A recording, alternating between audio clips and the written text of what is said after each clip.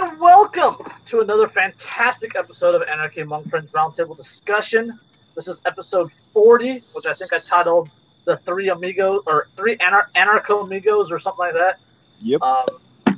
Yeah, before we get started, though, let me remind you that we are covered by the BitCot No Government License, which allows for the reuse, modification, and distribution of this podcast by anyone and everyone except for governments and the bludgies thereof. To learn more about that at bitcot.org. That is BIPCOT.org. And we're joined by, well, Lindsay. Hi, Lindsay. Hi. I'm not a disembodied voice now. Yeah, right? She came out from behind the curtain. She's no longer the Wizard of Oz. She is now Lindsay. Could put a face to the voice. We are friendly to the LGBT community. We have our friends coming out of the closet.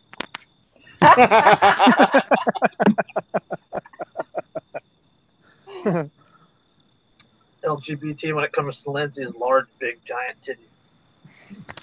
That is true. That is true. So glad that I just jiggled. Live on YouTube. Jiggly boobies. So is all zero of our watchers. They're all happy too. So it's just us right now. But the playback, when people play it back, it'll be better. And no titty flashing because then we might get monetized. No, I know I'm not allowed to take them out while we're live. Yeah, Only no, that's once the screen goes dark and the house music comes up, it'll be.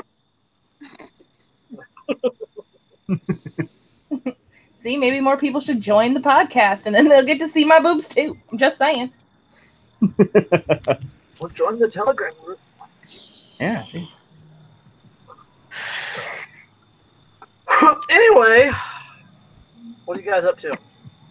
nothing. No, nothing. I'm rolling the fucking capital in New York State right now, owning this bitch. I'm enjoying my one day off this week. Woo! I'm balls deep in Albany, New York, waiting to get drone struck. Yeah, Dan is in the den of the enemy, as it were. Yeah, Cuomo's like not that far. I could probably go and fucking slit his throat right now. California. Yeah, and then here we are, just stuck in the middle with you. See what I did there? I like the image. Yeah, we're like Jason and I both live in like uber fucking blue states. It's sad. You know, and I tell people that, and they're like, oh, well, why don't you fucking leave? Blah, blah, blah, blah. Well, I wouldn't be an anarchist if I lived anywhere else. Like, I'm an anarchist because I lived in California. Pretty much. Yep. Right? Seeing state power in action will drive you that direction. Oh, yeah, if I didn't get fisted in the ass without lube every fucking single day by the fucking, governing authority of New York State, I probably would be a statist still. It's funny. It's funny. You got status telling me to move to Somalia, and then you got anarchists telling me to leave California. Yeah, right? I mean, come on now. Well, I mean, when we, as the rest of the states, hopefully allow California to like annex themselves, I hope you decide to join the right team. I love that shit when California's like, we're gonna secede, and it's like, well, it's fucking like Jerry Brown. Okay, Jerry Brown is he's a piece of something, right? But Jerry Brown, like anti-Trump, right? Fought the immigration stuff, fought the Obamacare stuff, the Obamacare downplay, fought the tax cuts that Trump put out, all this other stuff, right? And then we have wildfires, and Jerry Brown's like, please give us money. Yeah. Oh, yeah. Totally, dude. He's a real fucking tool, that guy. Oh, the guy that's going to replace him is even worse. Oh, I'm sure. Gavin Newsom's going to be even worse than Jerry Brown. It's like, oh, here's commie light. Here's commie fucking full-blown AIDS. You're welcome. Yeah. Straws are banned in parts of the state, but having AIDS and not telling your partner what you're having sex, it's totally legal. Yeah. It's legal. It's decriminalized. It's decriminalized now. You can fuck your partner with your AIDS infected dick, just don't fuck him with a straw. You can get free needles in San Francisco, but you can't have hollow point bullets. And you can get free shit on the sidewalk. Yeah.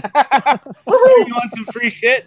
Yeah, sure. No, like literally, it's free shit. They actually, the city actually hired the city actually hired contractors to drive around with pressure washers to clean shit off the sidewalk, and they also have porta potties on the back of their truck.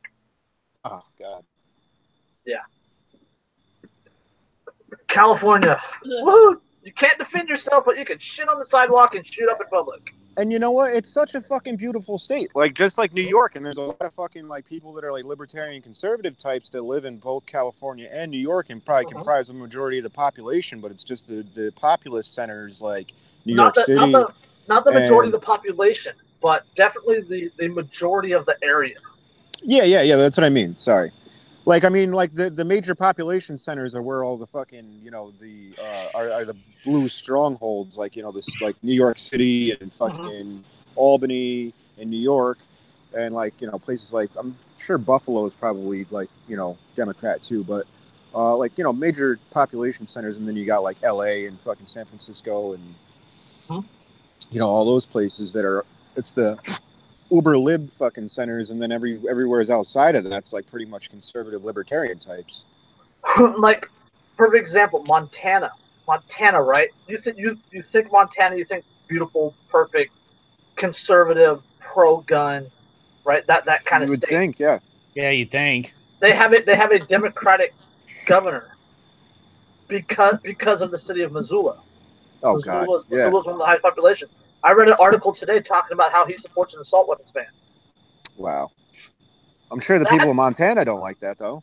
That's going to go over really well in Montana. Yeah, there's like, that's probably that's big hunting area. Huge militia area. Look at Wisconsin. I mean, we have Wisconsin, yep. Wisconsin another way. Yeah, thankfully, I mean, we like Madison, which is the state capital, is hyper insane left. Yep. Milwaukee is super left. Fond du Lac and that area, Kenosha, they're all pretty left. And everything else is pretty conservative, pretty right, and pretty liberty minded, realistically. Yeah. People love to hate on Scott Walker, and there's a lot of reasons to hate on him, but he at least kind of has gone up against a lot of those left-wing institutions and said, how about right to work. He like the unions and shit. He literally broke the union in Wisconsin. Not that unions were really a huge thing in Wisconsin anyway. Well, they never really have been, but if for public stuff, they definitely were. Same here in California. The union have so much power. Everything is unionized. Everything is unionized in California. Like there's move in California to unionize like fast food workers. Well, oh yeah, can I? I wanted to touch on the subject real quick, not to change the subject, but I was watching a clip on fucking Twitter earlier today, and I don't know if you guys know that guy. He's a analyst for CNN. His name is Phil Mudd. I think he used to be CIA or FBI or something like that. Okay. Real fucking dickhead. Like if you look him up on YouTube, he's a real asshole. So anyway, this black guy, he's a Trump supporter, and he was on there going up against this guy Phil Mudd because he's like super like anti-Trump, whatever. Not that I give a shit about either side, but I do appreciate the fact, like I like literally like laughed out loud when I fucking found out that Trump revoked fucking John Brennan's fucking national security clearance. And I was like, fucking yes. Like, you know what I mean? Like, you never hear about that shit happening to anybody by any president, which is like kind of crazy. And I think I honestly, I don't think anybody that no longer serves in a governmental role that had national security clearance should not fucking have it once they leave. And that's the argument that the black guy was making. And the guy was like, you could see the look on his face because he was like, oh yeah, he's like, you know, the black guy was saying, he's like, you know, you guys profit off being able to have access to national security, whatever. Like, you know, you get paid by these, like, you know, think tank groups or whatever because you have access to, you know, top secret information or classified information or whatever. And he's like, I don't think you guys should have access if you're no longer serving in a governmental role. And the guy flipped out and he was like, told him like get out of the studio and shit because he actually like he dared to challenge him. And I'm like, that just shows right there that these people are profiting off the fact that they have national security clearance. And then John Brennan's just a piece of shit. Like that dude fucking literally like helped create ISIS. Yeah. Like he has ties to the Muslim Brotherhood, Hillary Clinton, and a whole bunch of other people. Speaking of, I just want to jump on this point real quick because you mentioned ISIS. Did you see the article about Afghanistan and how the U.S. is backing off the Taliban? Yeah. Because the Taliban is fighting ISIS. Yeah. Yep. Yeah, dude. Like we were like, you go ahead. Come on, really? Like the people that the U.S. government has been at war with since October 2001. Yeah. Where the U.S. government is backing off them because they're fighting the other group that the U.S. government created. Well, and don't forget that the U.S. government largely created the Mujahideen in the first place. They did in the 80s to fight the Soviet Union. Yeah. Well, yeah. I mean, Zbigniew Brzezinski was behind that, and that's the national security advisor for Jimmy Carter. That's the same thing as what just happened in Africa this week. Mm-hmm.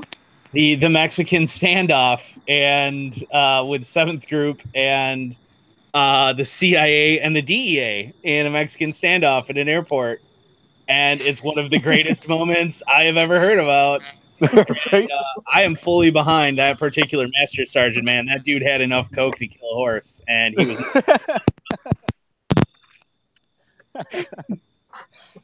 Oh, it's fucking great, dude. Oh, God. I don't know. It's almost as good as like fucking SJWs eating each other alive, watching the CIA be at war with itself. Yes, the CIA. You got Lockheed Martin supplied versus Lockheed Martin supplied. Right. Lockheed Martin sitting in the back counting their money. Oh. It's like it's the same people behind all of the groups, but they're just wearing different masks. Yeah, that's what it is. It's like different puppet groups. Oh yeah, fighting each other, and then the media is glorifying it, and the puppet masters are sitting in the back counting their money, and you and I are paying for it. Yep. But we should trust the government, guys, because they have our best interest in mind. And they're making buku bucks off the fucking arms deals. Off the arms deals, off the mineral rights, off the import export. The oil and the opium and. Yep, human trafficking, fucking organ harvesting, all that shit. It's all profitable if you're sick enough. Yeah. But it's all right. Let's get angry when some white person has dreadlocks.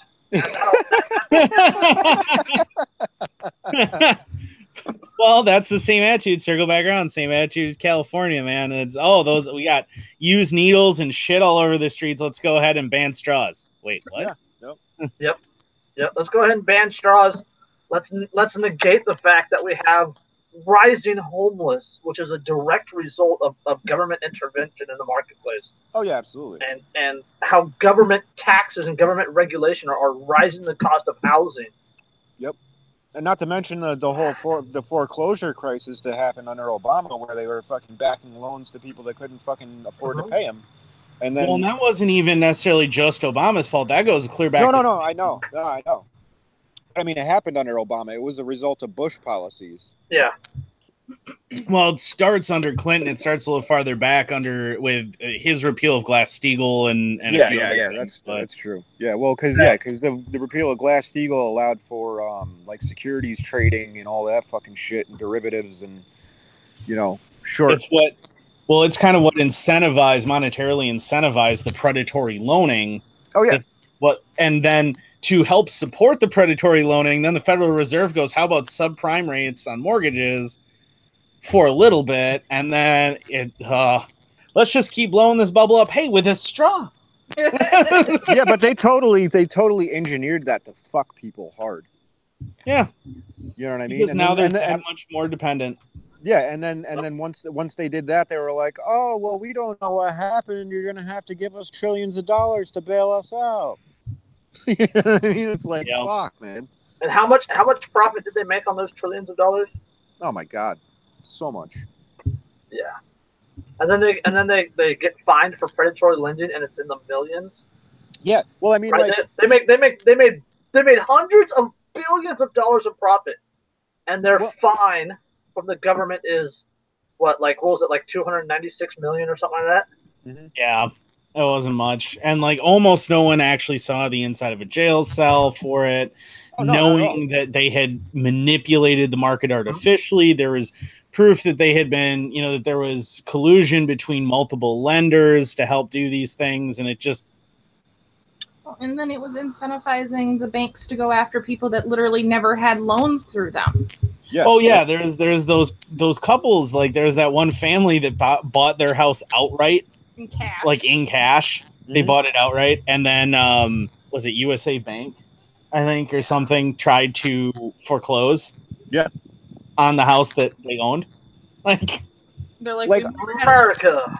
All I have to say about that is, like, I was talking to somebody the other night, and I said, obviously it's the assholes in charge that give the orders, but the people on the fucking ground that are carrying out the orders are just as culpable. Because if it wasn't for fucking them, like, have a fucking heart, dude. You're really gonna kick somebody out of their fucking home because of the bank? Like, tell the bank to go fuck itself and have some morality. There was a story we covered on the podcast last year about a lady in Connecticut with like an $800 property tax lien. It was like $800 something property tax lien, and the city foreclosed and took her house. The lady was like 80 years old, and then they sold her house for like $8,000 or $8,300 or something like that. Wow. What? Yeah. That's like, it just like reaffirms the fact that these people are heartless, soulless fucking cunts, man. Yep, and it's not like as much as I want to blame the politicians, as much as I want to blame the executives, the CEOs, right? Only individuals act. Yeah. Yep. Right. A politician, a CEO is more culpable than a politician. A politician is just saying words and writing shit on paper. Doesn't really mean anything without somebody to enforce it. Yep. Right. It's just like a ticket. A ticket doesn't mean anything without someone willing to back it. Yeah. Like there's an article a couple days ago about out of New Mexico, a guy and his girlfriend get pulled over for a seatbelt violation, right? And I heard about that. Yeah. The guy's doing the freedom thing, and he keeps his window rolled up, and he's verbally giving them the information, and they want him to roll down the window, and he won't roll down the window. So the cop punches the window out and then drags the guy out over the broken glass. Yeah. Over a seatbelt violation because he wasn't wearing a seatbelt. I'm sorry, because he allegedly wasn't wearing a seatbelt. Allegedly wasn't wearing. He might have even been wearing a seatbelt. Yeah. Yeah, well, that's like here's a prime example of like shit that like they do, right? Like Rick Grimes posted something about his buddy's girlfriend's car getting broken into last night, and she contacted the police about trying to get it, rectified or whatever, and they were like, "Oh, well, we'll send somebody out, but we're not sure if we're going to be able to do anything about it." You know what I mean? But if she had a fucking license plate bulb out, you better fucking bet your ass you get a ticket for it. Yep, there's a. You know what I mean? It's like, what the fuck, dude? Like, you guys don't do your job. It's obvious that you don't serve and protect any of us. You serve and protect the fucking state and make it money, and that's about it. Yeah. Revenue Warren agents. VDC, or no? Yeah, that's Warren VDC, right? Yeah. Yeah, the revenue agents. Period. Yeah. Well, there's another article out of Colorado 2 or 3 days ago about a guy who called 911 because someone shot up his house and trailer. Right. Yep. 5 hours. It took 5 hours for the police to get there, and then they took a report, and that's it. He had bullet holes. He had bullet holes in his trailer in his house, and all the police did was take a report. Just like that's just a common occurrence. It happens every day. Yeah, right. Yeah, and we got. I mean, there's more of them. There's an article that we're going to get to that will, it's along the same line, but. We need to get onto a happy subject real quick, guys. Okay. Let's do it. Sheriff Joe just told Sacha Baron Cohen he'd accept, quote, an amazing blowjob from Trump.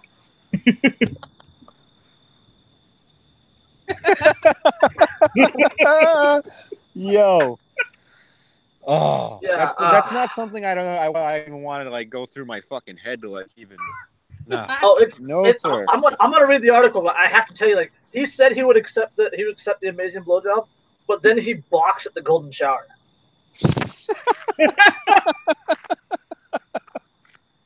Yeah. Oh fuck, dude. Yeah. So okay, the infamous former Arizona Sheriff Joe Aparicio has confirmed he would accept an quote amazing blowjob performed by President Donald Trump. Arperio's comments appeared Sunday on Sacha Baron Cohen's Showtime series Who is America, which continues to push the envelope on the U.S. elected officials will say or do in front of the camera. For the fourth episode of the series featuring Arpario, Cohen debuted a new character, Finnish YouTuber OMG Wizzy Boy OMG, who also goes by the name with that. I'm not going to try to pronounce that. During the episode, Arpario and Cohen recorded an unboxing video in which they begin opening a Shopkins toy filled with tiny collectible toys. During the unboxing, Cohen, in character, asked Arpario what he would do if President offered him oral sex. Quote, if Donald Trump calls you up after this and says, Sheriff Joe, I want to offer you an amazing blowjob, would you say yes? I may have to say yes, Arpario responded. Like that's not even like you didn't even like phrase that in a way that like he boxed him in. Like it was just like here it is. It was blunt. It was absolutely blunt. It was straight out. Yep. Cohen also asked Arpario to convince Trump to give him a golden shower, which made Arpario's communications director a little uncomfortable. A little uncomfortable. Well, I mean, hey, getting sucked off by the president, that's one thing. Yeah. Getting peed on, now we're maybe crossing some lines. Yeah. That's where I draw the line in the sand. Jennifer Lawrence, Arpario's communications director, tweeted late Sunday night, quote, thanks a lot at Sacha Baron Cohen and at Show Who is America. It's not going to be awkward at all explaining to at Real Sheriff Joe what she meant by golden shower. Yeah. The best part is about that is that she totally knew what was going on the whole time and didn't bother to stop him. Oh no. Nope. All I can picture in my mind is Trump on his knees being like, it's huge. hey, Trump's tiny hands can make it feel really big. Yeah. Those Johnson will totally look massive in those tiny hands. I think it's funny that he specifically mentioned an amazing blowjob because that's the only thing that Trump would offer. It's going to be great. It's going to be the greatest blowjob ever. Everyone knows it. Everyone knows. You know it. I know it. Everybody knows it. Yeah. Quote, I'm kind of disappointed I fell for the trap, Arpario told the paper, adding that he thought he was being interviewed by a famous Finnish journalist. Arpario isn't the first politician to be duped by Cohen. So far, he's used a pedophile detecting machine on former Alabama Senator Roy Moore, convinced a bunch of Republicans to support arming toddlers with guns, and got a Georgia GOP lawmaker to pull down his pants and shout the N-word. Wow. Amazing. Well done, sir. Oh, and I don't know what does he mean he was duped? Like what? Oh, so it's not gay in Finland? What? I don't know what a blowjob means. Maybe it's some Finnish term. I don't know. Me and my wife don't have that devil sex. Yeah, right. In my Arizona, it's banned. How is the blowjob acceptable, but the golden shower makes you uncomfortable? Hey, I have limits too. All right. Sometimes you just gotta throw a hard stop down. Exactly. I draw the line at golden showers. I'm sorry. Yeah, that's crossing. There's a line, and that is that is it. I ain't crossing that stream.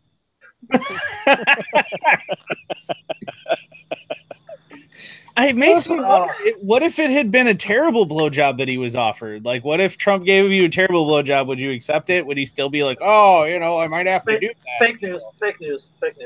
Yeah, but even a bad blowjob from the God Emperor is still a good blowjob. Well, if you're that kind of a hyper conservative right nut job like Arpaio is,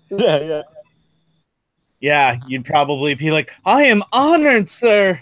It'd probably take like 6 seconds to be like, oh, done. Well, anybody that questions him would probably get thrown in the fucking gulag anyway. So deported. Yeah, deported. I could see Trump fucking karate chopping the wall button on that meme. that's like I got the image of Arpaio laying down and Trump pissing on him and it's raining playing in the background. Oh my God! Thanks for that, man. I need to change my mind right now. Fucking Christ! Mike Pence jerking off in the corner. All right, Google search mental bleach for me real quick, would you? Yeah, right. we need that like. I love Jason right there. We need that like Men in Black fucking mind eraser dude right now, dude. That would be helpful. I think we've ruined anybody that we had viewing the fucking podcast. We apologize for the nightmare fuel. We don't have any viewers currently. We had one, but it was like 1 and then 0 and then 1 and 0. So we don't have. Aww. Yeah, we the one, and then we started talking about Trump giving. I can't imagine why they left. They're like, I think I'll come back. I don't either that, or maybe they really enjoyed the conversation and they needed a moment. Yeah, they want to relieve themselves. Oh my god! That there's that app, that thing, that program where you can like make the fake porn. What? Oh, you know what I'm talking about? JC, you know what I'm talking about.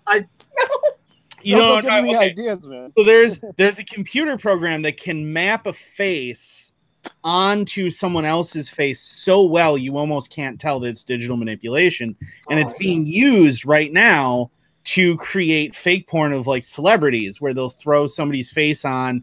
And it's not photos. We're talking full video with movement and everything else. You just need photos from various angles, and the program puts it all together. It's a neural net that does it. If there is a gay pornographer out there who feels like they maybe have some gold here, Joe Arpaio's face and Donald Trump's face. This needs to be a thing now. Oh, God, no. No. Also, for the record, I'd like to say that the sex tape that's out about me is not me. It was the neural network thing. It was exactly. What is that thing called? I think it's. I know what you're talking about. I saw the one where they were doing like the guy was doing a facial manipulation with like Bush's face. Is this where all that Bigfoot porn talk was coming from? Oh God, no more Bigfoot porn. I don't know anything about this.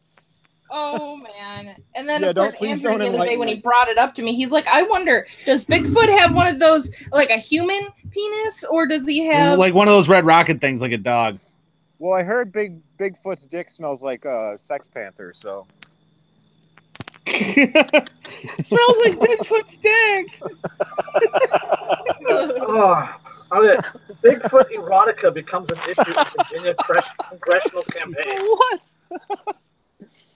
Holy fuck, dude! It's called it's from Deepfakes is what it's called. It's fake app. It's based on work done on a deep learning algorithm by a Reddit user known as Deepfakes. The tool is available for download, read all over the internet, but setup is non-trivial. Basically, you can neural network map anyone's face that you want in here, and it will slap it on anyone's body that you want. So you can create completely fake videos of any celebrity you want for porn. You just need to find somebody with the right body type. Chris Christie's going to be getting nailed in about 40 seconds. He's going to be catching a load in the face while he's sitting on his beach chair. He's got to be just watching as Trump's blowing Arpaio. And he's just sitting there.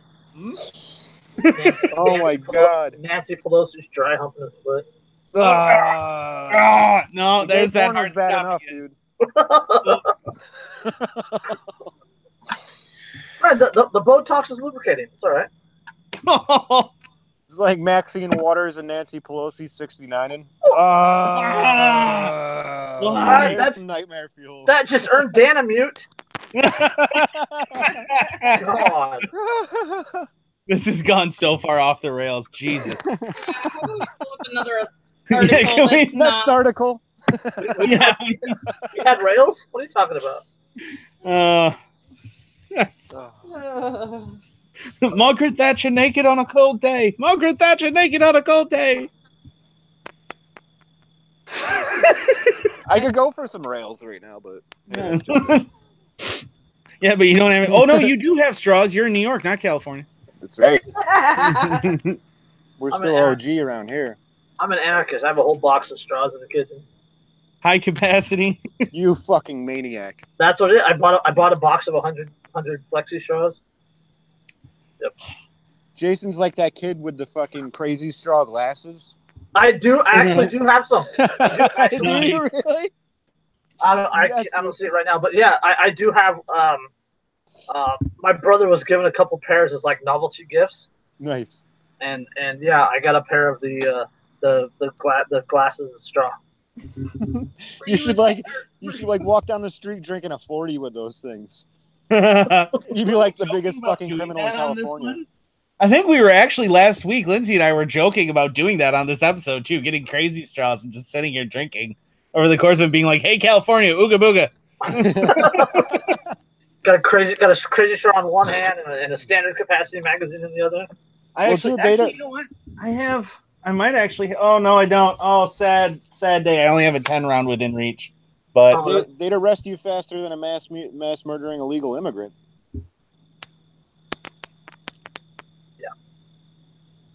Town forces family to take down. Yeah, town forces family to take down mailbox library. You guys know what Little Free Library is, right? Yeah. Yep. Right? Yeah, it's like a community, like kind of voluntary library thing. It's a small library. Essentially, it's a small box that people put out in their yards or in front of their businesses or whatnot, and it's got a little. Sometimes it has a little glass front. They'll paint it and decorate it. Little Free Library. Look it up on Facebook. Yep. And essentially, it's people put free books in it. Yep. And it spawned other things like Little Free Pantry, where people put food and socks and hygiene stuff for the homeless, and the homeless can come and get it. People can make donations and whatnot. But a town in New Jersey forced a family to take theirs down. Point Pleasant. Crazy. Yeah, Point Pleasant. Not well named. Point Pleasant Borough family says that it was forced to take down its mailbox library after complaints from a neighbor. Again, this is another one of those things where only individuals act. Right? The neighbor can bitch 100 times a day. It doesn't mean anything without someone willing to enforce the law or the edict. Yep. Yeah, miniature libraries have popped up along streets all over the country. At last count, there were 72,970 of them nationwide. People are welcome to take books or leave some of their own for all to read. But when Peter and Grace Hagermeyer put one up on their property, they were soon forced to back down. But we had a grand opening on July 29th. The 29th is when we had a visit from the police. The Hagermeyers said they were contacted by the borough code enforcement officers the next day. Quote, because libraries are not explicitly mentioned in the land use ordinance, they are not allowed. What? The Hagermeyers had 10 days to take the structure down off their property. Are you? Wait. So because they don't. Wait. But it just seems really closed-minded to us. We have neighbors who walk up and down the street and look at the books that add books. Kids come up and take the books. It seems like a positive neighborhood environment thing, said Peter. But borough officials said they had their hands were tied because someone filed a formal complaint. Yeah. Real cocksuckers, man. Yeah, are you serious? Your hands. First of all, your hands are not tied. You have the option to not be a dick. Right? Well, you forced my hand. I had to Yeah. do this. It's like a fucking abusive husband or wife or something like. Yeah. I didn't Why want to did hit you. make me hit you. Yeah, I didn't want to hit you, but you made me do this. Oh my god. Code Enforcement said, Well, the So problem their with the hand- their world is hands a were bunch of tied fucking because- busybodies and fucking, you know, control freaks that can't mind their own fucking business. well, even if they are, so fucking what? Right? Yeah. People have free speech, right? They have the right to bitch and moan and complain. Just the word bitching and moaning and complaining here. But when someone uses that bitching and moaning as justification for oppressing the freedoms of other people, it's not the bitcher and moaner doing it, right? They're just bitching and moaning and spitting words. It's the people actually doing the action that are the issue. And the fucking code enforcement, city code enforcement, that's bullshit on its own right. These people's property, they do whatever they want with on it. Yep. Well, But- what were they even complaining about? Like, how dare you share information? Like, Calm dangerous, down, Cody man. Wilson. Calm down, Cody Wilson. yeah, like, oh, it looks like you're giving everybody in the neighborhood a bit too much to think. Yeah. How dare you? Is that a copy of 1984? Yeah, right. Just a little free library that's nothing but copies of like 1984 and Fahrenheit 451 and Sedition, subversion, and sabotage. I was just going to say that. Is that a Ben Stone book in there? I mean, to be fair, if it was a library of pornography, Even if it's a library of pornography, it's on these people's property. It's their yeah. their right. Like I might ask my kids. My kids are adults now, but if my kids were little, I would ask my kids to cross the street and not use the sidewalk in front of the little free library. Yeah. Right. I would approach the family and say, hey, this is a family neighborhood, blah blah blah. It's not cool, or something like that. But to imply for somehow that because I don't like it, I'm going to call the authorities. Yeah. Come out and force them to take it down? No, go fuck yourself. Yeah, Yeah. seriously. Well, and there are low free libraries all over the place here in La Crosse. 72,000. neighborhoods. Yeah. Like Yeah, I they're- want one. I want one. I want to build one. I want to build one here in my little apartment complex, but I don't think anybody would appreciate the kind of books I would put in there. Again, 1984 Animal Farm. Well, I mean, as long as it's not porn of fucking Joe Arpaio and Trump, I'm not calling the cops. No, that's what you paint the outside with. Henry As a deterrent? Hazlitt's Economics in One Lesson. Yeah, exactly. Or just like the complete, just one really big one that's the complete works of Murray Rothbard, followed by one for Hayek down below, and then you have on Mises underneath that. Throw some Spooner, some Carl Hess up there. Yes. Start knocking on doors and just like, if they don't have any no soliciting, and technically the definition of soliciting legally usually is that you're selling something. If you just go around and you just like start handing out copies of Basket door to door, what are they going to do about it? And I still got the Anarchy cookbook on CD. I think they might actually do something if you start handing that out. It's California. I mean, Yeah, but the bomb recipes don't work anyway, so yeah. you probably blow yourself up before they actually work. yeah. Have you been on the Tor network? I can't say I have, but I don't even know what Tor is. I would never do anything like that. I heard it was bad though once on Fox News. So to be fair, well, if Fox News said it, then it's got to be true. I truly didn't know. yeah, Lindsay actually had no idea. I was trying to explain Deep Web to her, and I'm like, I've heard of Deep Web, but I have no idea how to get there. And he's like, well, that's because you need this and this and this. And I'm like, what are those things? All right, we now have a name for the Arpaio Trump porn. Deep Web. oh boy. Mission. It's gonna have a Mission Impossible-ish intro.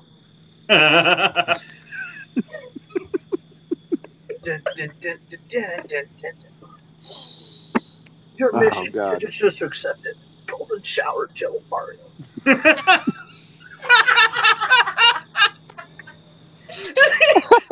The ceiling opens up. Shows up Mario standing in front of a window, stretching. Ah. You know, I'm gonna have to seriously fucking like take a lot of drugs to sleep tonight. And just stay away from the hallucinogens maybe for a few days. No, dude, are you kidding me? Fuck. I don't think that's what you want to find in your kitchen. I'm just gonna. Well, if I'm not like on social media for like the next fucking week, you know, I'm like check myself into a fucking mental institution. Ronnie asked, "Just how high are you?" Not high enough. No, I'm still sober and I'm still wearing clothes, so we're not high enough. Look how it says no. This is true. Dan's head, and he's been sitting there just puffing on cigarettes the entire time. Because fuck the police. Yeah, it does. Oh, yeah. You notice that you see that notice no smoking sign behind me? See that? Yeah. Yeah, I've been smoking this whole time sitting right here because I'm a fucking anarchist. Oh my God, he's hurting society. I know, I'm harming everyone. It's horrible. Right. Dad goes after man for taking upskirt pictures of his daughter at Target. That seems fair to me. I would kill him. Yeah, I'd probably go into the back to school section and fucking grab some pens and stab his fucking eyes out. Yep. Yeah. A California dad stopped a creep who was following his 15-year-old daughter in Target store and taking pictures of her skirt, according to police and surveillance footage of the incident. The suspect, Jorge A. Ibarra, Jr., 29, was spotted serendipitously taking pictures of women wearing skirts at a Target store in Cyprus on Sunday, police said. Surveillance footage released Thursday by Cyprus Police Department shows Ibarra in one incident approaching two young women before crouching down and apparently snapping photos of them. The perv can be seen at one point kneeling in front of a store display trying to take a picture of a teen and another girl standing in checkout line before the teen's dad suddenly kicks the man's phone out of his hand and pushes him to the ground. Ibarra managed to get away, but not before. Turned the tables and snapped a photo of him in the silver stand as he left the store parking lot. His wife said the husband went into protect mode after the couple noticed Ibarra acting strangely in the store, including putting his phone on camera mode before following their daughter. That dude showed so much more restraint than I would be capable of. Dude, for real. For real. The picture of the guy taking the photos. Yeah. Noted. Yeah, I would have fucking killed him right then and there. Yeah, pretty much, dude. No ifs, ands, or buts about it. Like, I don't know. I'm pretty protective. I mean, I'm pretty protective. I'm extremely fucking protective about the ones that I love. And then when it comes to fucking children, dude, like, don't even fucking go there because I will gladly fucking go to jail for killing you. Yeah, well, exactly. I mean, and it's not like this is a victimless crime. Like, there is a victim. You are victimizing a child. I have no problem with fucking killing you for that. Yeah, and people will be like, oh, well, that's extreme. Like, well, hey, dude, like, maybe if fucking people actually had a backbone and fucking, like, were pretty aggressive about the fucking way they went about dealing with matters like that, people would think twice about doing this shit in the fucking first place. Yep. He's probably gonna get what, probation or something? Yeah. And probably, if he even goes to jail, it won't be in like general population because they protect the fucking scumbags like that. But like I was, not to like get completely off subject, but this ties into it. I had a guy who was like statist, whatever. I guess he's kind of like left leaning. He's one of the people that follows me on Twitter. Hold on, one quick side. I want to read this quote from Ben Stone. Yeah, go ahead. This is page 156. And he says, vigilante justice is the single most dangerous thing the state faces. To start with, the state claims a monopoly on justice. But vigilante justice is the only way to achieve true justice. The alternative to vigilante justice is the perverted version of justice that the state supplies. And we know what kind of distorted justice that is and what kind of sick and twisted society it produces. Yeah, exactly. Now, not saying that, like, oh, well, just because, you know, like, something happens and somebody aggresses on me in, like, an anarchist society, I'm going to go ahead and fucking shoot them. Like, that's, like, the most extreme measure you could probably take, right? But that doesn't mean that's the only fucking measure you're going to take. But with that in mind, you know what I mean? Like, if that is the most extreme fucking measure that you could possibly take, without any repercussions being dealt back to you, I mean, maybe if, like, you know, the person's family comes after you, like, you have to consider things like that. But at the same time, it's like that option's there. So it's like, if people know if they fuck around, they could get shot in the face. They're probably not going to fuck around as much as they would. Mm-hmm. And armed society is a polite society.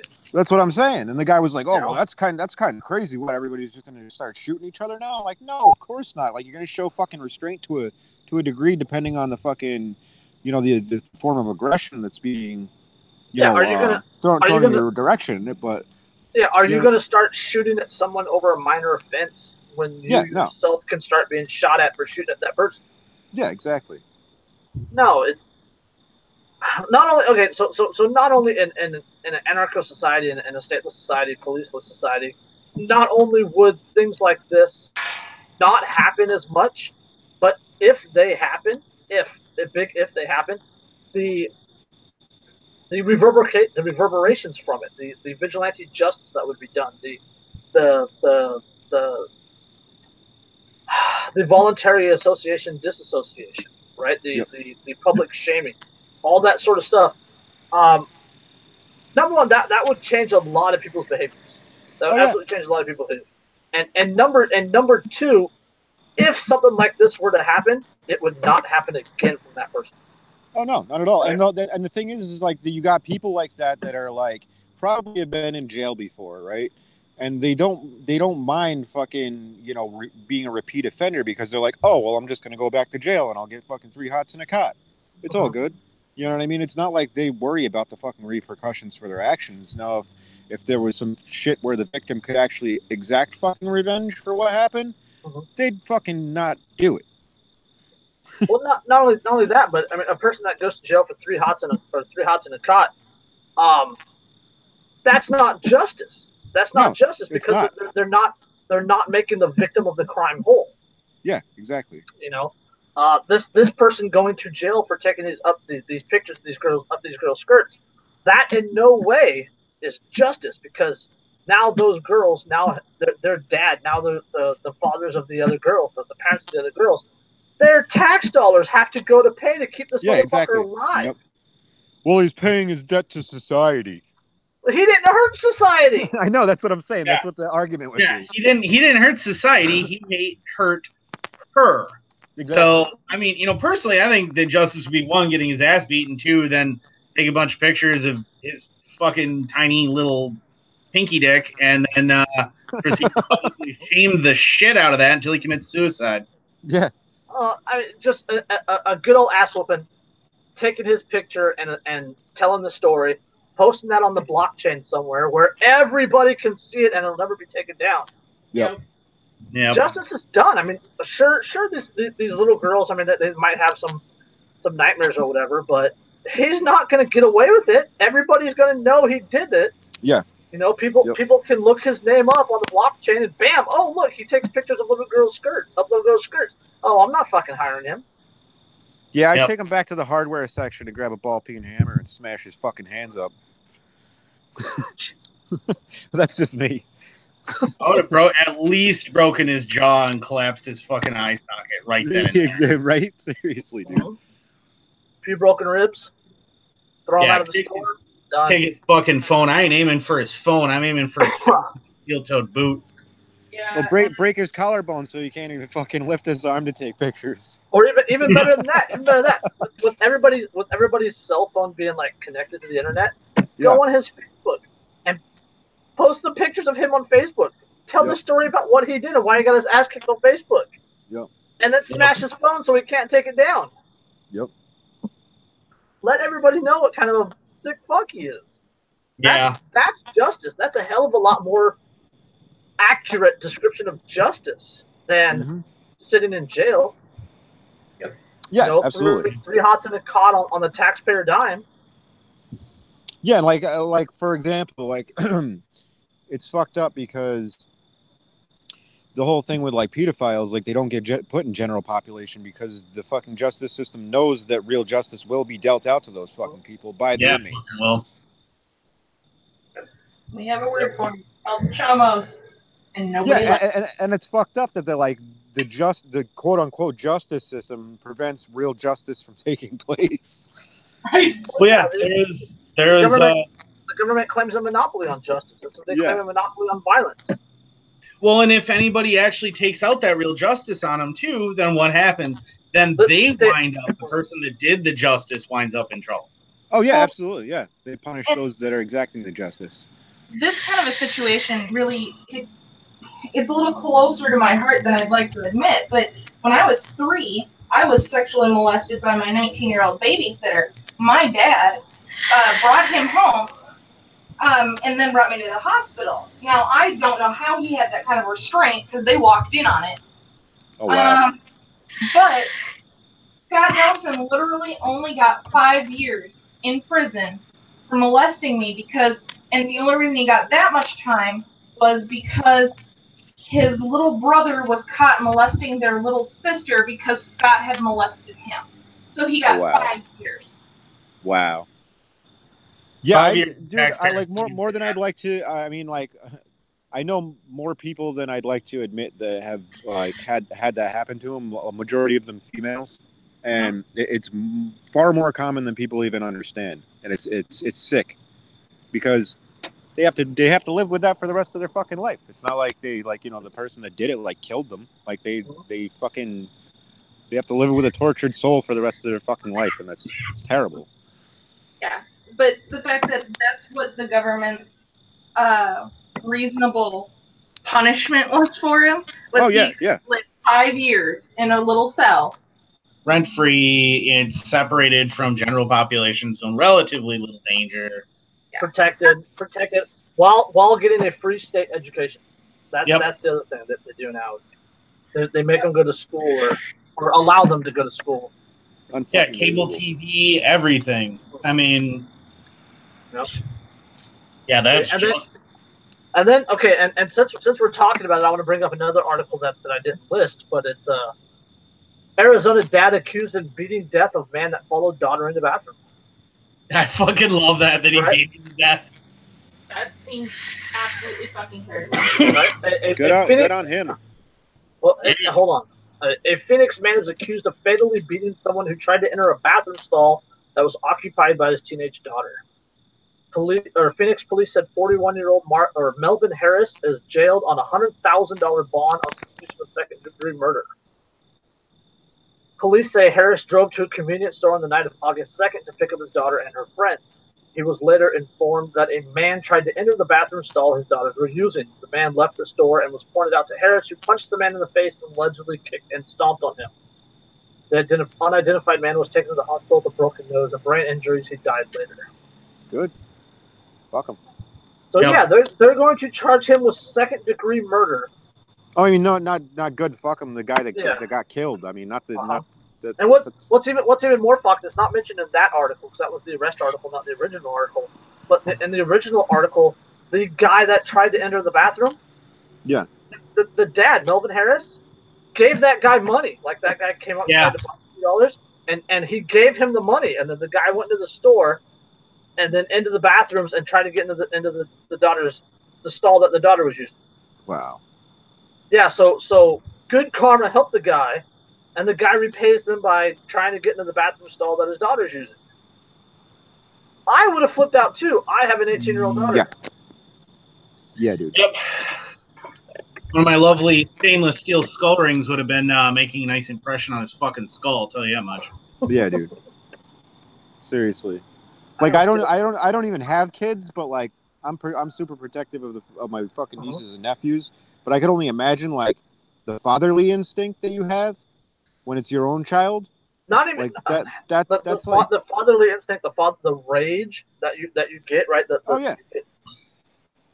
It's just it's not like for my kids, for my teenagers or my twins and their little sister. It's I get blind rage. Oh yeah, and dude. then with my nephews and my nieces, I also still get blind rage when I see little kids in the parking lot of the apartment complex here, and somebody comes flying in too fast. And, you hear the brakes squeal as they try to stop really fast. That instantly triggers me, and I want to go run down the parking lot and beat the shit out of the person driving.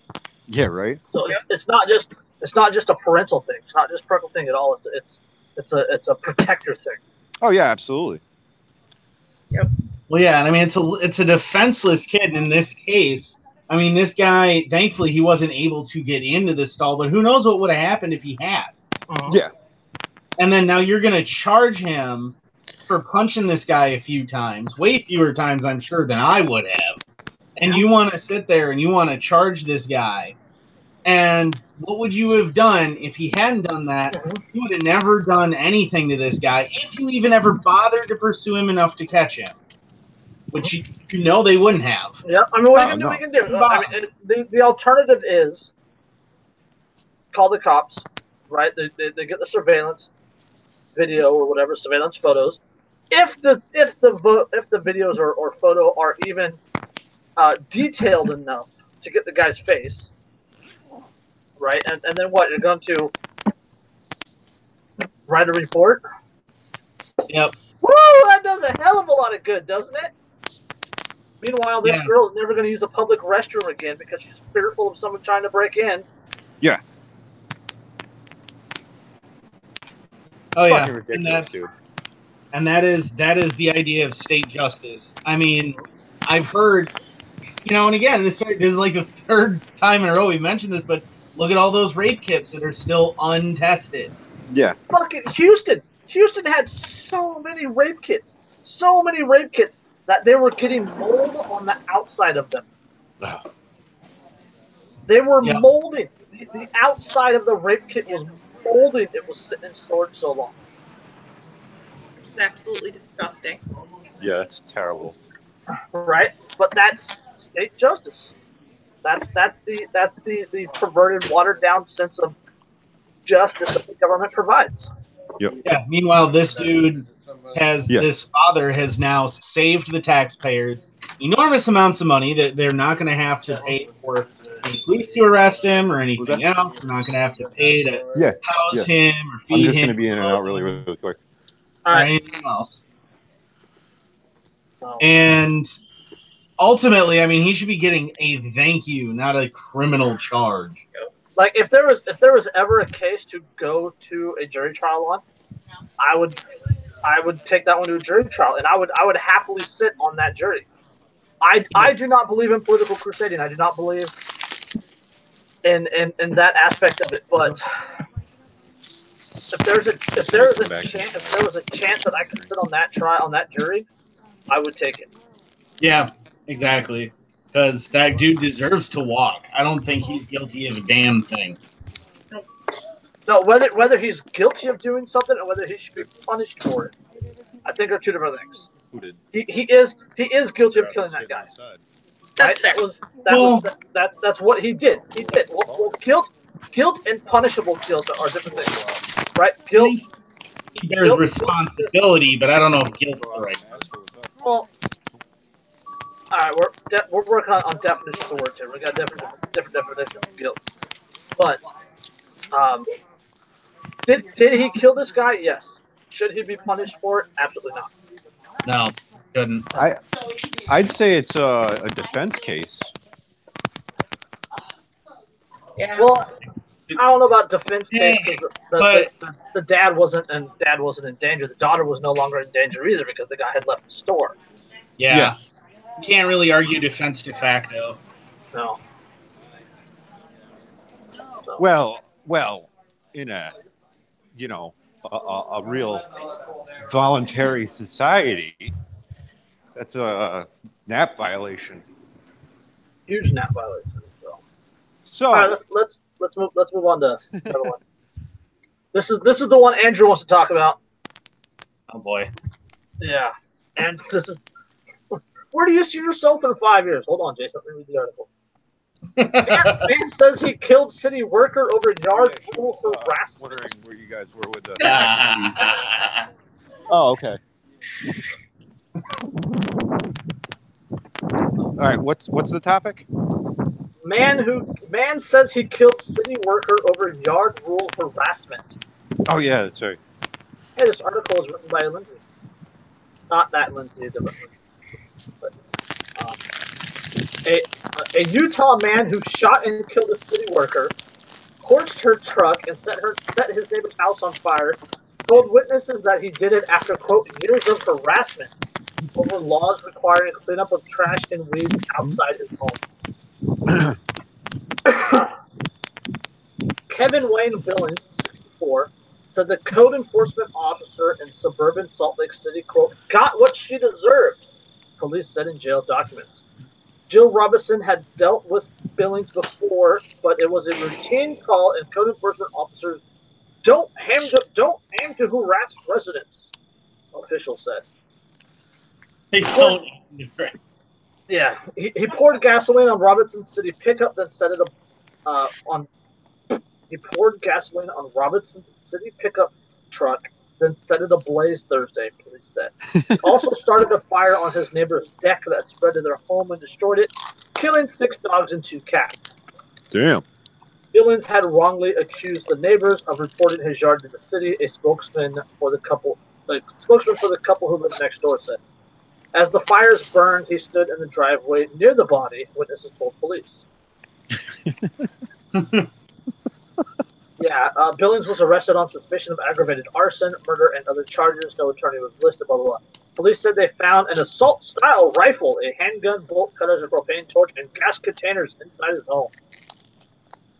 Why does the gun have anything to do with anything?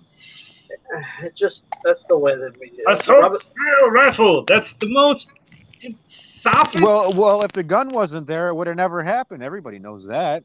So what you're saying is the gun committed arson. Exactly. She was like, no, Tony, don't do that, and it just happened.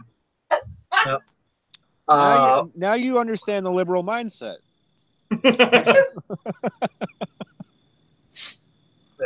Robinson, 52, was an unarmed civilian worker who typically dealt with complaints about unkept yard or abandoned cars, West Valley City officials said. Code enforcement officers are trained to leave and call police if people get hostile. Other code enforcement officers were pulled off the street immediately after the slaying. Yeah.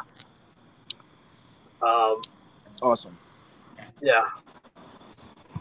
City records show Billings had a history of code enforcement charges dating back decades.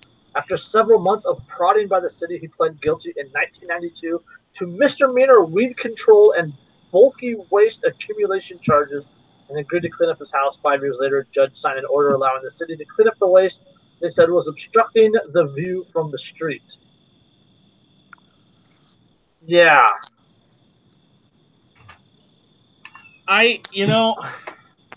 So it's so funny because it's like, oh, well, we don't aim to harass people, but over the past years, we've just constantly harassed this fucker. And because you don't like what he does on his own property? You don't like the yard? You don't like the trash that he has on his property, on his yard? Well, technically, in communist United States, it's not really his property. Yeah. In Soviet America, property owns you. Exactly. Yeah, pay your fucking land rent. I mean, property tax. If you have to pay taxes on it, it's not yours. So yeah, I agree. I agree on that point. And again, this is another one of those situations where only individuals act. Right? The city code enforcer was unarmed, was no threat to the guy. Write him another ticket. Right? It's just words on paper. Yep. But when enough of those pieces of paper are written, when enough of those tickets are written, then come the people with the guns. and I adamantly believe that you can and should defend yourself against the people with the guns. So I can't defend the guy here. I cannot defend the guy because the city worker was not a threat, right? On the Individuals Act, the city worker was just writing the ticket, which is just words on paper. It's not an aggressive act. But it's like, backed up by aggressive force. I well, mean, so was a vote, but standing outside of voting booths shooting people as they come out is not a defensible act. This is true. All right. It's gray area. I mean, Yeah, okay, fine. But I mean, I'm just saying, like, he's been systematically abused by the system. I mean, could even by this systematically could even call it gaslighting. Yeah, I mean, it really is, because those weeds, they look awful long there. You should take care of that. Oh, you should mow your lawn, or we'll steal money from you, and if you don't pay us, then we'll kill you. Yeah.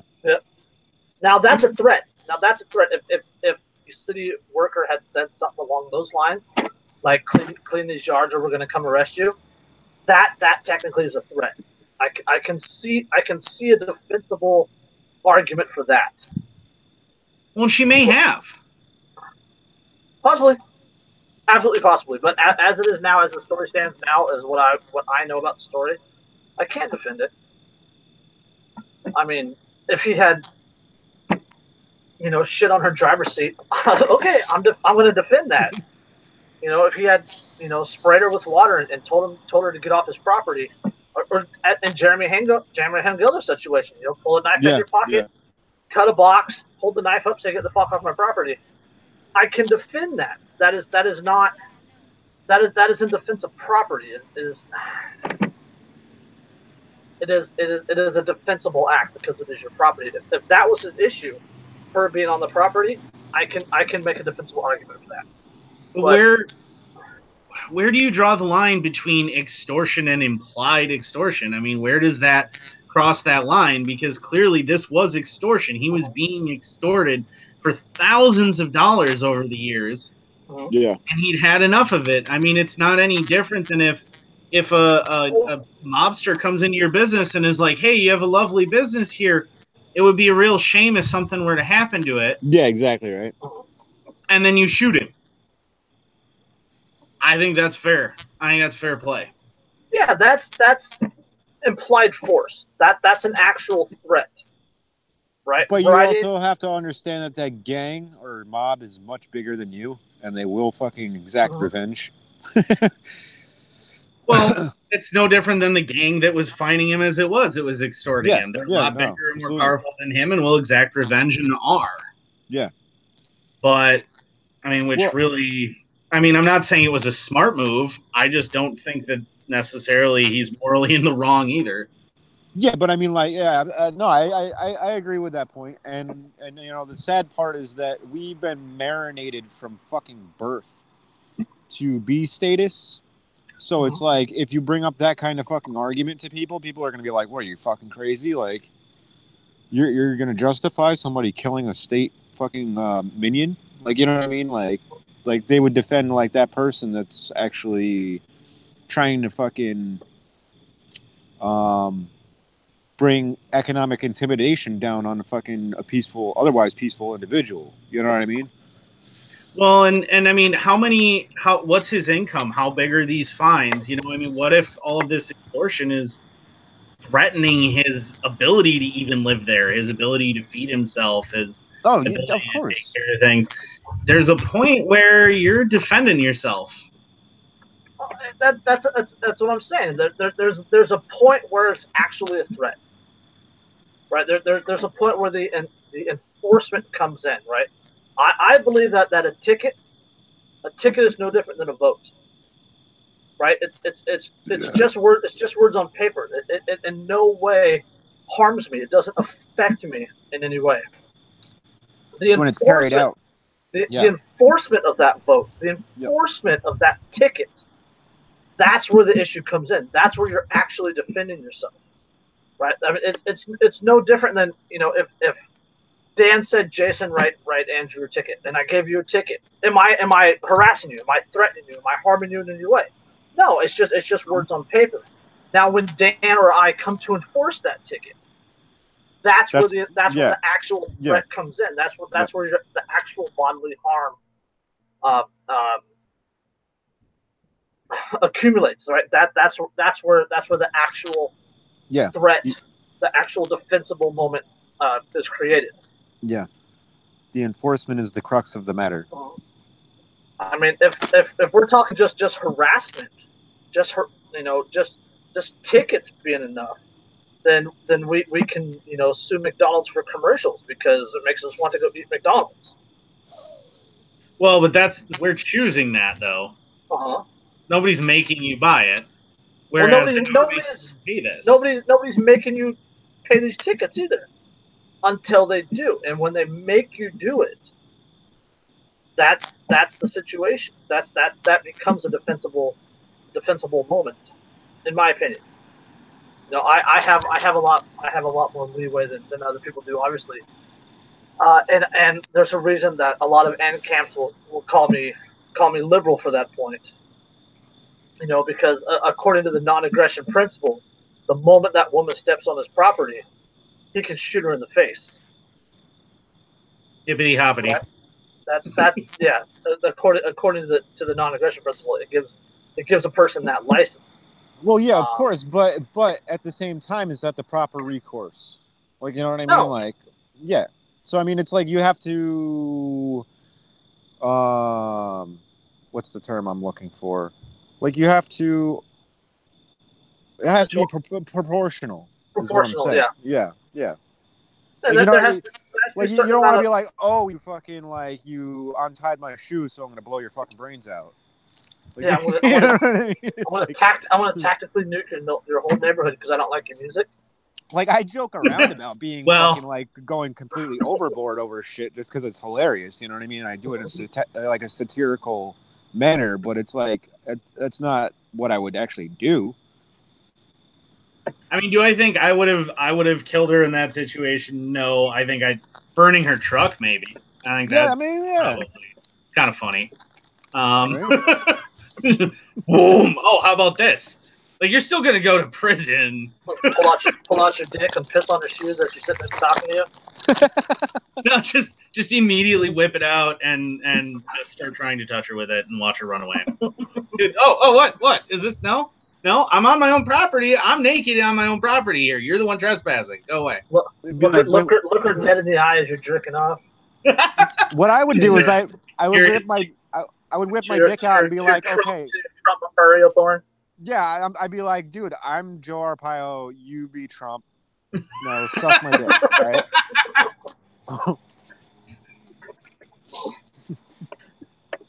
Yeah, that's disgusting.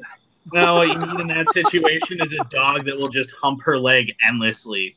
Like, just like a little bug, because they're always so raspy when they do it, and it's gonna be. You're like, just back. Down, Pelosi, down. Can you get your dog off of me? No. No, I can't. You got a gun? No, you can't shoot it the fuck up. All right, let's get on to an actual defensible one. These families are at the mercy of a pipeline company. Slow down. Easy, buckshot. Yeah, these families are at the mercy of pipeline companies that want to build across their backyards. Eminent domain, y'all? Yeah. Yep. It gets even worse. Like, Louisiana has over 100,000 miles of pipeline, and the most recent addition, the Bayou Bridge pipeline, is causing major headaches for homeowners along the route. Just like the Dakota Access Pipeline, not everybody wants it crossing their backyard. Like Pat Tarrant, or like Pat Trahan, Trahan. When she raised concerns about potential environmental damage and tried to negotiate with the company building the Bayou Pipeline, her family was threatened with a lawsuit. Quote, it just sounded like there were more lawyers and than we could ever have, and they'd eventually win. They wore my husband down.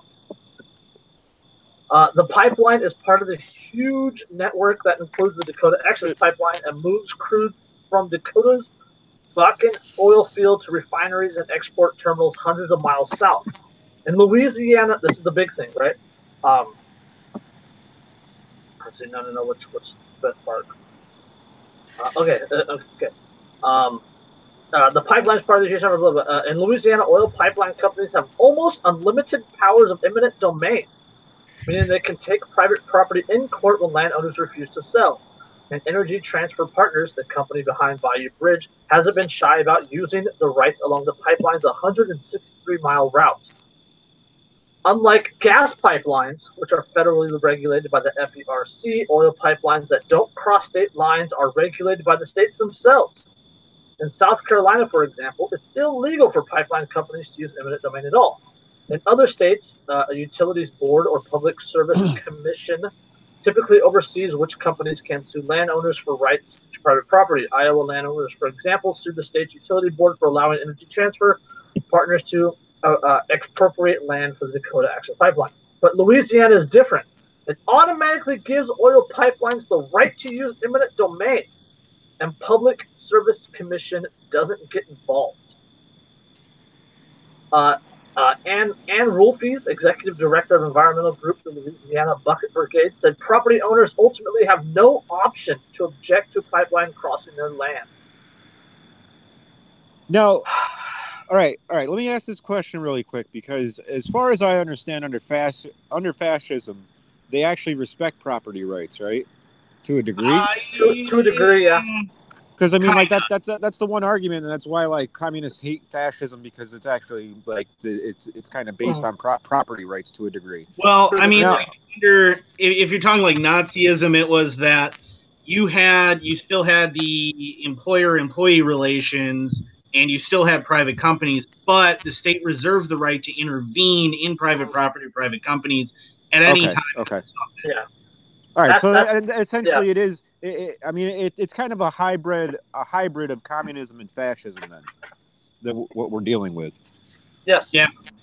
Because I mean, essentially, if you're not respecting fucking property rights, because communism doesn't believe in fucking property rights whatsoever, even of the individual. It's essentially a hybrid of it, because it's like, you know, it's the fascist aspect of the corporation. Using its weight with government power behind it, and the communist aspect of not respecting property rights. Yeah, that's what it is. Is Louisiana law allows oil companies de facto control over people's lands. It's the same shit as what caused the railroad wars in the West. Yep. I mean, if a property owner doesn't even have the ability to complain, the ability to say no, it's not your land, number one. Yeah. Number two, you don't live in the land of the free. Nope. This is obviously not the home of the brave, because the government allows them to do it, and I don't see anybody out there with guns stopping. Nope. Well, yeah, and that's the thing too, is it's the same thing as like with DAPL, with the Dakota Access. Is my issue with it had nothing to do with the environmental impact, and everything to do with the fact that no, you don't get to just take people's property. Yeah. If they tell you no, regardless of why they're telling you no, it's their property. You don't get to just go, oh, but it's mine now. No, no. It's just. And not only that, like, people can't say like, oh well, like, you know, the Trump administration respects property rights, but yet the same dude says that he's for eminent domain. So it's like, you can't have it both ways. Not just for eminent domain, he said he loves eminent. He loves eminent domain. Yeah. Right, and a lot of these governments, local, state, federal, whatever, they'll use the greater good, which is a huge communist talking point. Dude. Totally. Yeah, it's part of the Communist Manifesto. Yep. Well, it's a communist and a fascist talking point that's brought up constantly in Mein Kampf. Well, yeah, it's collectivism in a nutshell. It's the essence of collectivism. It's the for the good of the majority is greater than the rights of the individual. Well, that actually reminds me, Dan, since you brought up fascism, there's a quote. Yes, I'm about to quote Mein Kampf. Sweet Jesus, where has my life gone?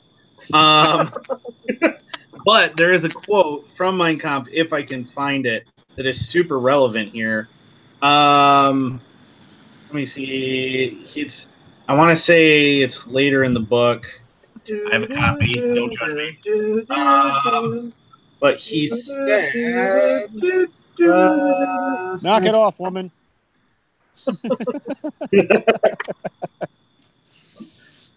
Let me see if I can find the quote.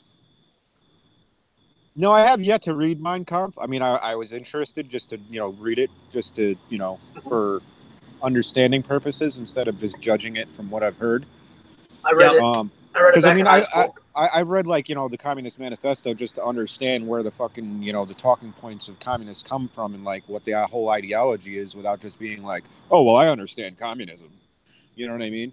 It's like, oh yeah, I try to read opposing views so that I have a better understanding, better perspective. So when I talk on it, I'm knowledgeable about it instead of just sounding like a fucking complete ass.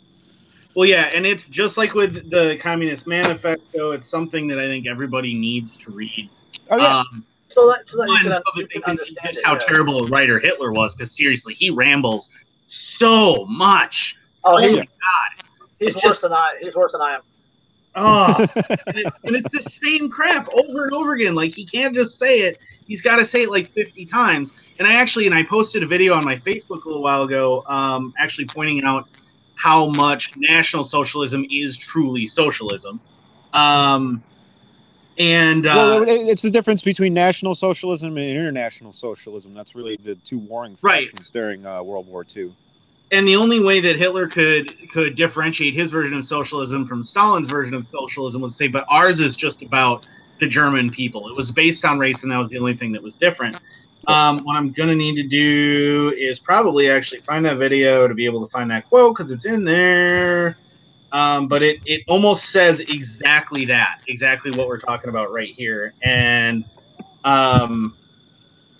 if you've ever seen Tik, Tik, any of his stuff, he does a lot of stuff on like Stalingrad, and he's really good. But if I can find where he specifically mentions that, and it's so funny because man, that video blew up on his channel at the moment that he said that National Socialism was truly socialism.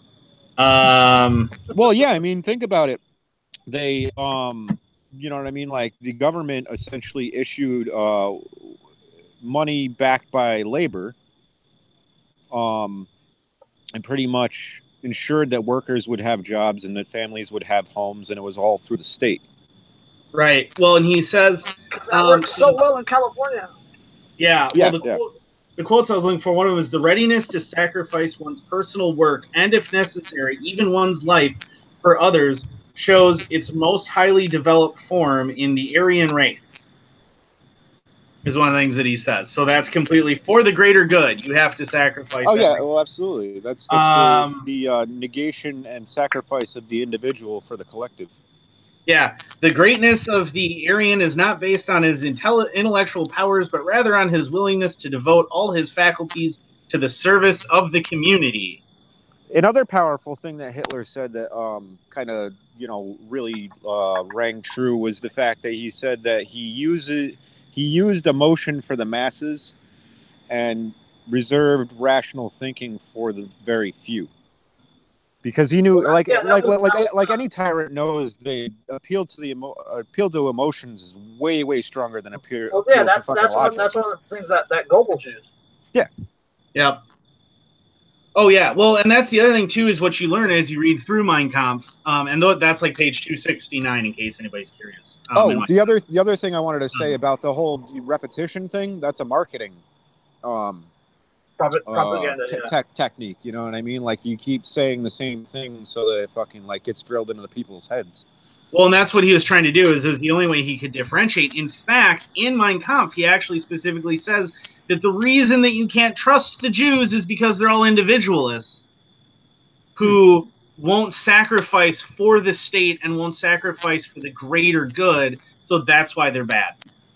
Well, I wouldn't say that they're individualistic because they're definitely probably the most highly collective tribe on planet Earth. And they Well, I work wouldn't as a agree with collective. Hitler at all, period, in most things. But that's what he says, though, is that's why he dislikes them. So, again, you see where what we're dealing with in Louisiana right now is actually, I mean, like, full-blown Nazism. Yeah. Mm-hmm. It is absolutely nationalist socialism because Well, it is all sorts of stuff. It's the child of National Socialism and fascism and corporatism. And it's just well, that's what Mussolini described fascism as, was essentially corporatism. He said it was the merger between state and corporations. Yeah, well, Mussolini is the founder of fascism, so if anybody knows how to find it, I would imagine he does. Yeah, I mean, there's a quote, you can look it up. That's exactly what he said, was the merger between corporate and state. Yep. And to go back to the point where you were talking about saying the same thing over and over and over and over and over again as a propaganda tool. That's what slogans are. Yeah, exactly. Right? Make America great again. Make America great again. Or like a commercial jingle. Change you can believe in. Yep. Hope and change, everybody. Yep. Yeah. Hope and change. Back the blues. Support our troops. Yep. Land of the free, home of the brave. Exactly. God bless America. That's what it is. But I mean, that's what we're looking at here is full on like National Socialism. This is fascism right here. We're watching all these people. No, you don't even get to argue that they shouldn't be able to take your stuff. You don't even have an ability to have a redress of grievances, which is interesting since I'm pretty sure that ability is guaranteed in the friggin' Constitution. Yeah, it's right in the First Amendment. Which is another piece of paper that nobody believes in. They'll quote it, but they don't believe in it. Well, see, this is the funny thing about constitutionalists, right? They'll argue something and whatever. They'll say my favorite point is when you're arguing with the constitutionalists, and they'll say something along the lines of, what it really means is, I don't want your fucking opinion. Well, even that is your opinion. That is your opinion. What it means. Well, those are the people that are like, oh, well, it's a living document. It's interpretable. Like, well, no, they kind of wrote it like as like strictly that's what it means. Like, yep. The Bill of Rights. The Bill of Rights, by the way, has the word "no" or "not" in it 22 times. Yeah. And not only that, but I always say to people, I'm like, well, the original intent of the Constitution was for the government to protect the rights of the people, which I don't know why you would have an armed gang protect your rights that has the ability to take your rights, because it's kind of like fucking antithetical to protecting rights. Yeah. But we're gonna create a government to protect your rights. Like, the government is the only entity that can take your rights. Well, and the irony is kind of the biggest contradiction ever. But well, and the same people who will sit there and be all anti-government and everything else, that, you know, on the right, the political right in America, are also the ones who fully support exactly the same people who are violating that Constitution over and over and over and over again. Yeah. The military, the police, that's who they want to hero worship and whose cocks they want to fucking suck. Well, the funny thing is, like, I use this against people that are constitutionalists because I think it's hilarious. And they'll be like, oh, well, if you just followed the law, you wouldn't have to worry about anything. I'm like, well, wait, doesn't Marbury versus Madison say that anything outside of constitutional law is null and void because it's under color of law? Yeah. It's not actually constitutional law? And then they're like, oh. I love that too. And they say, just follow the law and you'll have no issues. The country was founded on people not following the law. Yeah, exactly, right? Instead of saying fuck the redcoats, how about you just pay your taxes on your tea? Yeah. Yeah, because I mean, all the people that fought in the Revolutionary War and died or were maimed or whatever, they totally had a say in the Constitution, right? And okay, the Revolutionary War, that's still one of those things that gets me too. People say, oh, you know, that they fought for our freedom. They fought for our freedom. No, they didn't fight for your freedom because, number one, freedoms are bestowed on you naturally, as outlined in both the Constitution and the Declaration of Independence. So they didn't fight for anything. They fought invaders. They defended their land from invaders. Mm-hmm. But today, if you defend your land from an invader, the government will throw you in a cage. Yeah, and you're considered a domestic terrorist. Yeah. Yep. Oh, and I love the free, guys. All of the self-proclaimed Christians who want to try and use the Bible to defend their bullshit, and then I go, okay, but wait, but if God would put people in power, then during the American Revolution, were they fighting against the ones that God put in power, or is it the other ones that they were fighting? You're gonna have to pick one, man. There's got to be. Oh, well, that always kills me because I always use the argument against Christians that like are government supporters, and I'm like, well, didn't Jesus say something about you can only serve one master, you can't serve two? Man cannot serve two masters. House divided against itself cannot stand. And not only that, he also, don't forget, was executed by who? Law enforcement. The government. Law enforcement. Look at that. Yeah. It makes no sense to be a Christian and be pro-government to me. That makes absolutely no sense at all. Sell your cloak and buy a sword. Yeah. That's well, they always use Romans 13. Like, oh, well, render unto Caesar or whatever. You know, it's like. But his entire point was that nothing was Caesar's. What I have is not Caesar's. It's Jason's. Yeah. Caesar can have his. I don't want Caesar's. Well, that's kind of like Caesar can't have mine. That's the misinterpretation of the fucking message, is that he was pretty much saying, like, you know, give him his earthly bullshit, let him fucking have it, whatever. It doesn't mean any fucking thing because there's no earthly authority. Your only authority is God. You know what I mean? Like, if you want to look at it from like a spiritual aspect, like, you know what I mean? Yeah, like, only. That's what upsets me so much. Turn the other cheek. Wave the Cadson flag. Turn the other cheek. Yeah. Don't tread on me, but of course I'm just gonna also say that while also saying, like, tread on me harder, Daddy. Yeah. We need a law. Or like Zionist Christians, they crack me the fuck up. Oh, those are like terrible. Because it's like, well, didn't Jesus go against the Pharisees, and that's like kind of why he got killed, like because he like was a self-hating Jew, kind of. Like, I mean that's the term that they would use for him if he was alive today. But it's like, you know, it's I don't know. It's just, it boggles my mind that it's such a contradiction. Not saying that you can't like, you know, like you have to be against Jewish people because Jesus, you know, called the Pharisees out or anything, but there's like Zionism is definitely like a Pharisee kind of fucking deal. Well, the idea, and I even see anarchists who are like pro-Israel, which makes no sense to me because I'm like, but it's a country. Well, see, the whole thing to me is that like people are like, oh, well, you're against Zionism, so you got to be pro-Palestinian. I'm like, well, hold on a second, like. I'm not pro anybody. Can I disagree with both sides or? False dichotomies, man. False dichotomies. Yeah, of course. Rebecca 19X says, "Tread on me harder, Daddy." Tread harder. Oh, please tread on me. Yeah. What's up, Rebecca? Choke me, restrict my free speech. Yeah. All right, from one contradiction to another. Alabama officer shot, killed sovereign citizen. The video released.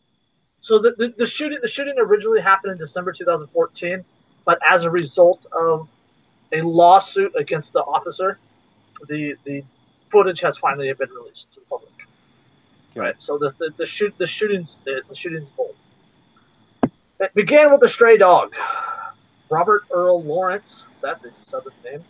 Robert Earl Lawrence said they found the dog wandering in a Walmart parking lot. Bobby Earl. Yeah, in Dothan in South Alabama. He put the canine in his car with his girlfriend and 3 small children, each under the age of 10. The family drove to the Dothan Animal Shelter. There, Lawrence was asked for his driver's license. He declined to show it. City employees said they couldn't accept a stray dog if he didn't show a license. He said they didn't have the right to require a license. Which, okay.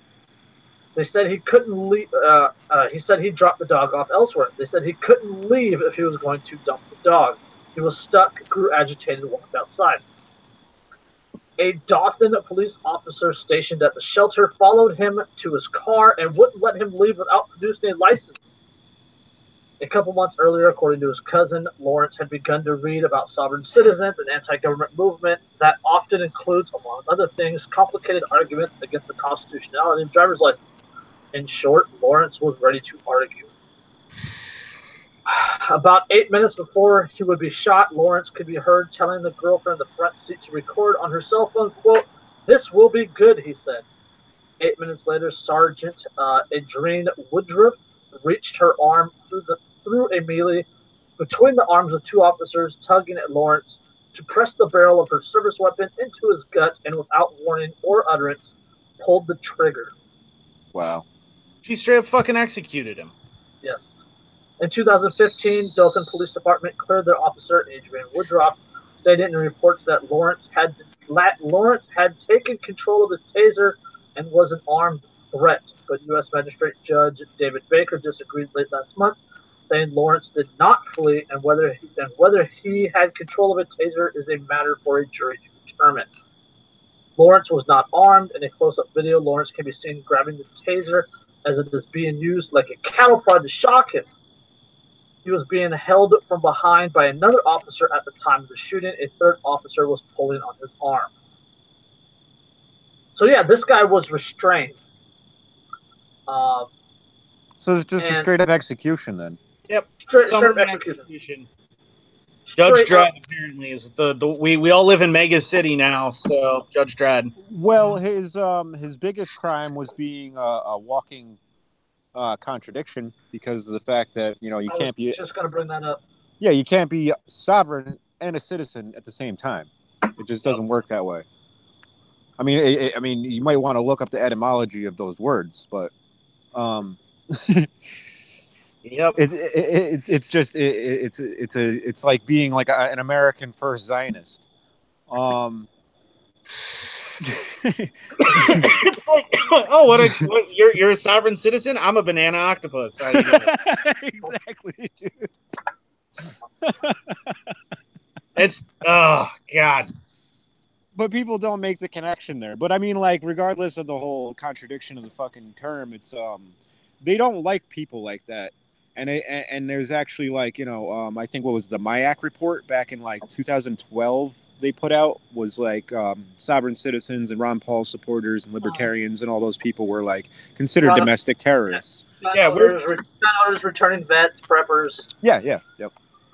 So check. Jesus, I'm fucked. You're right on the top of the list, bud. There was a list of like 72 characteristics. I gotta look it up now. Hold on. Yeah, it's horrifying. It's a horrifying idea that you don't just bend over and say, you don't even have to spit on it to the government, so that must automatically mean you're a terrorist and you're a dangerous individual. And good Lord. Yeah, I mean, I am a dangerous individual, just not to random people, just to the government. Well, see, the funny thing about that is that they trained you to kill people, and then all of a sudden they view you as a threat once you're no longer under their control. You know what I mean? It's like, well, he's a free agent now. Well, yeah, and that's exactly it. And it's also that they also said in that report, I think they specifically mentioned veterans who express displeasure with the VA and their treatment by it. And I'm like, so like literally every single veteran exactly. there is. Yeah, my dad was a vet, and I saw the fucking bullshit they put him through. Expressions of libertarian philosophies, Second Amendment-oriented views, survivalist literature, self-sufficiency, fear of economic collapse, religious views, expressed fears of Big Brother or Big Government, homeschooling, declaration of constitutional rights and civil liberties, belief in the New World Order conspiracy, and that's just a few right off the top. But so it's like pretty much I fucking like aced that test. Yeah, high score. High score, man. Flying colors. Good Lord. Yeah. Well, and that's the thing. If you're not a globalist communist, Well, and I think the one that stands out for me too, that I think I know at the time when that came out stood out for a lot of people, was the Second Amendment supporters, because it's like, wait, isn't that part of the government? That Second Amendment, that's literally part of the Constitution. That's a government thing. Yeah. But because I go, yeah, that's a good idea that's there, I'm a terrorist? Yeah. Yeah, somebody who would write something like that must have been a terrorist. Like, I don't know, George Washington or Thomas Jefferson, Benjamin Franklin, Thomas Paine. Thomas Paine definitely would have been a terrorist by their standards. Oh, totally, dude. Oh, God. James Madison. But the whole thing is like the reason why the fucking, I mean, like, people are always like, oh, well, the Second Amendment was written back when, whatever, like, we don't need it anymore. Like, motherfucker, do you even understand what that was put in place for? Like, it was meant so that there wasn't a standing army on fucking U.S. soil, and that the fucking citizens of the nation were the army. Like, they were the defense force. That was the whole point of it. Well, and it was written to go hand in hand, part and parcel with Congress's ability to grant letters of marque and, well, I don't remember what the other word is, but letters of marque. Because that was the whole point. Letters of marque are supposed to authorize you to operate as a military force privately on the behalf of the United States. Yeah.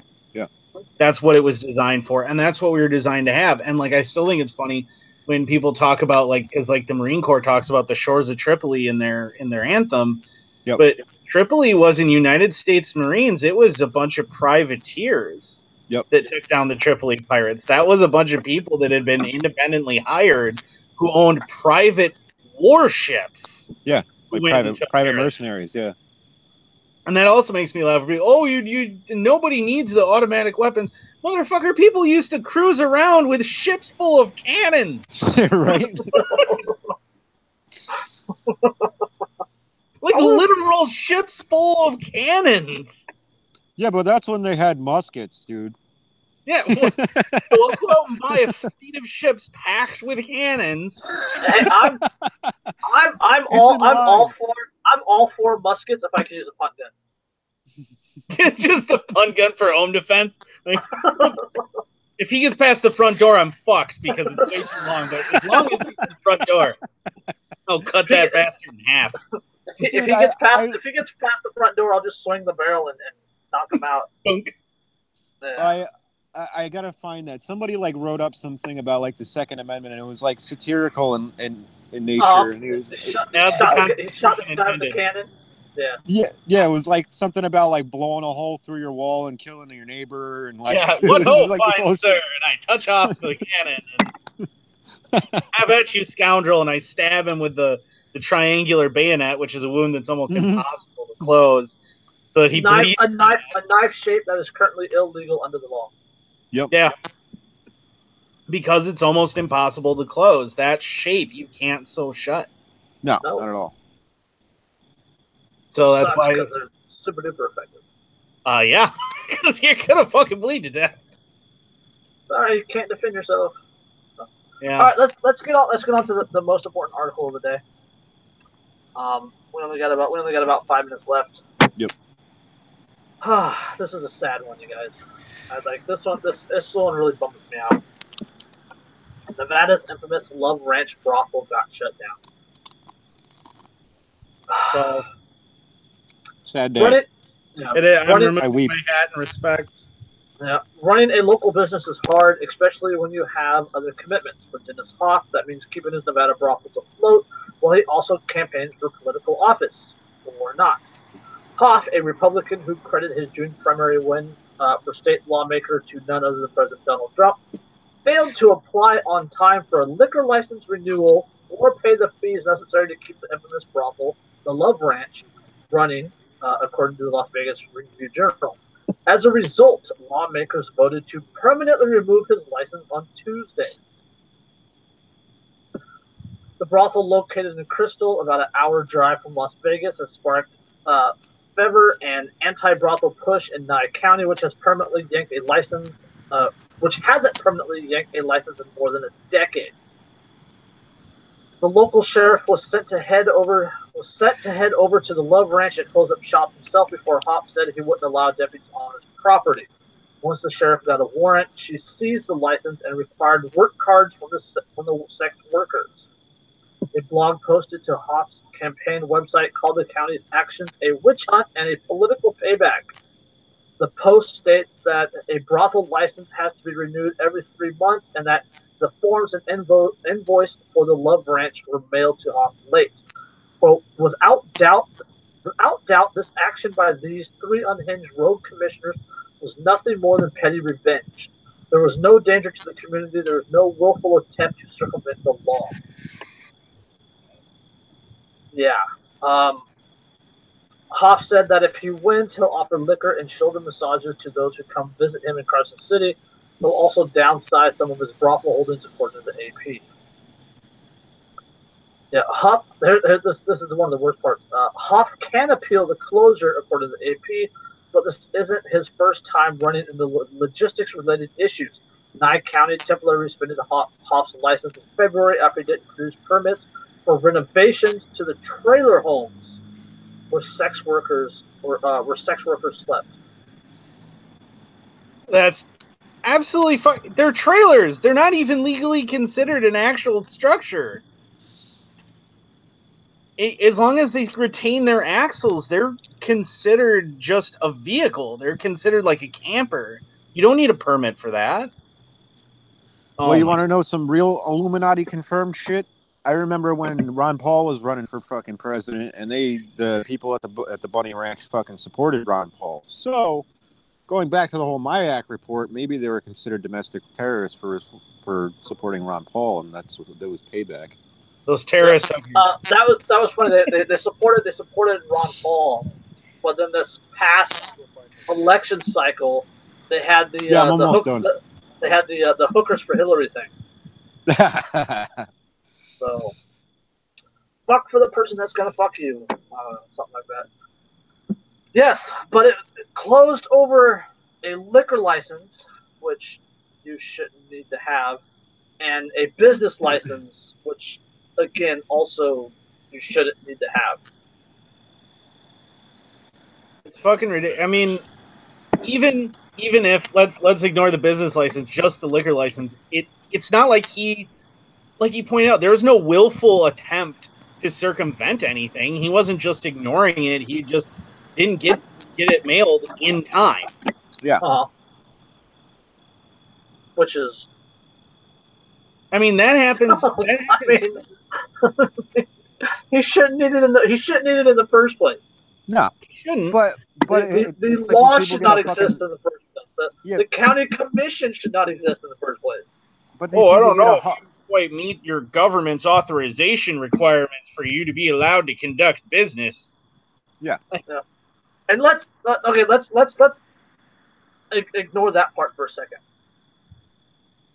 Operating this business, it increased the girls that are working. It increased their safety. It left them less exposed to coercion and to street walking. Like, I'm having trouble explaining it, but like Backpage, Craigslist, those type of websites, they offered a layer between the customer and the girls, right? That allows them to investigate them a little bit and talk to them and say yes or no. The same with the brothel. These brothels offer a layer of defense. Yeah, it's security. Between the girls and the Johns. Yep. A girl working on the street doesn't have that. Yeah, I mean, you would think that. Layer. I mean, you would think that they would be more supportive of that than, you know what I mean? Which goes to the point that it's not about safety. No, of course not. It's about them having a hard-on to be able to control people. Yep, exactly. And him being a Republican supporting Trump. Well, yeah, that's the other part of it.